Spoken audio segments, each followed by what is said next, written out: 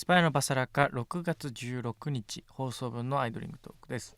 本編の収録準備ができるまでお付き合いよろしくお願いします。はい、メールいただいてます、はい、ラジオネーム、小学生さん。はい、ありがとうございます。毎週楽しく拝聴しています、はい、先日友達と LINE グループ内で話していた時、飛行石の話になったのですが、はい、私はなぜか座席の席でうん飛行石と変換ミスをしていました、すぐに気がついて、ゴジっとったバルスやって自己申告した後、なんかすごく面白くなってきて、一人で笑っていました、そしたら友達が乗り物の座席に羽をつけて飛ばしてる絵を送ってきたので、ますます面白くなってきて、笑いすぎて酸欠になりそうでした、あるね、そういうこと。お二人は最近面白くて笑いが止まらなくなった出来事ありますか？なんだろう。それも気になったのがさ、今この乗り物の座席に羽をつけて飛ばしてる絵を送ってきたのでっていう、この絵は手書きだったのか AI で生成した画像だったのかでちょっと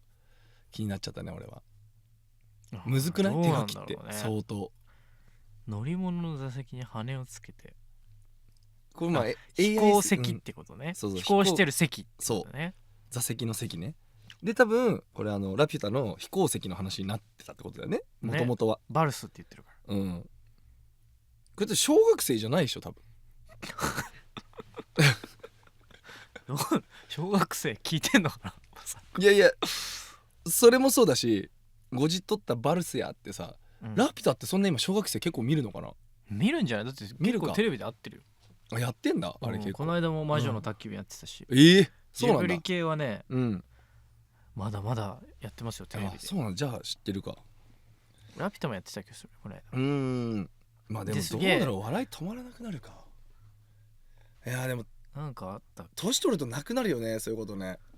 でも唯一あるのがやっぱりお酒飲んでる時だよね。このなんだろう、鉛筆転がりゃ笑うみたいなもうしょうもないことでゲラゲラ笑ってなんかもう顎痛ってなるのって、やっぱ酒飲んでる時はそうなるよね、やっぱ。打ち上げでなんかあった気がするな、陽介と。なんかなんだったっけな、陽介とユージがいた気がするんだよな、席に。なんかしたっけ。なんか東京のホールツアーのファイナルの時だった気がするんだよな。なんかもう俺マジ腹痛くて顎外れそうだったもん、笑いすぎて。なんかやってたっけ。なんかやってた気がする。なんかあった気がする。なんかズボンは脱いでたよね。ズボン脱いでたの？脱いでたっけ？いやじゃあ、なんか俺ズボン脱いでたっけか。なんで？いやさ、君たちさ、スタッフ陣にもいるじゃん、陽介と同じぐらいの年のやつがさ、いたりもするけどさ、君たちはさ、なんか毎回さ、前回とかはなんか2人でさ、男同士でさ、なんか陽介がサイン書いてなかった？裸地肌にそのままなんかマッキーでさなんか落書きしてたよね。なんかこれどうなんだろうね。パワハラになるのかなあれって。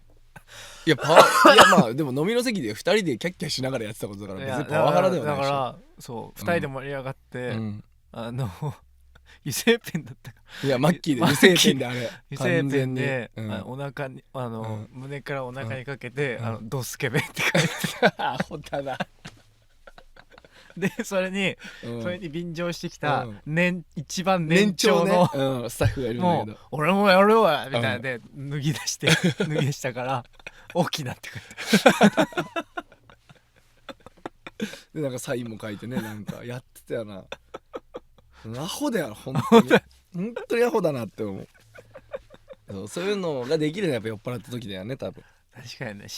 でもなんかね、なんだっけな、なんかめっちゃ笑ったんだよな最近。で